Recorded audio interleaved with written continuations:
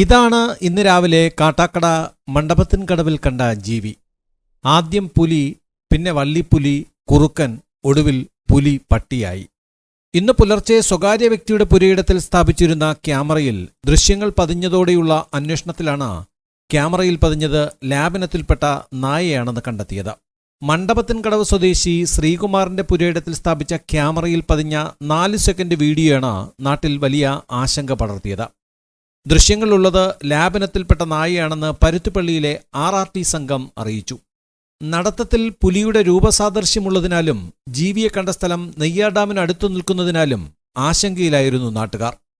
മണ്ഡപത്തിൻകടവ് കുന്നിൽ സുബ്രഹ്മണ്യ ക്ഷേത്രത്തിന് സമീപത്താണ് ജീവിയെ കണ്ടെത്തിയത്.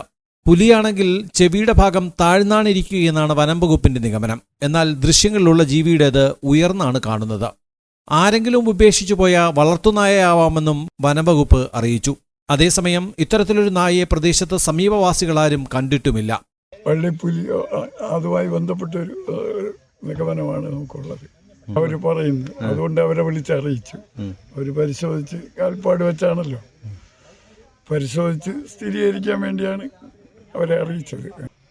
ഇപ്പോൾ അവർ ക്യാമറ പരിശോധിച്ചപ്പോഴാണ് എന്തോന്ന് ലാബിനത്തിൽപ്പെട്ട പട്ടിയെന്നാണ് പറയുന്നത്.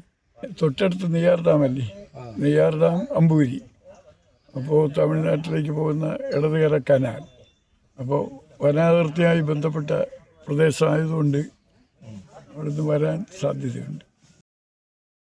ആര്യങ്കോട് പോലീസും സ്ഥലത്തെത്തി പരിശോധന നടത്തി.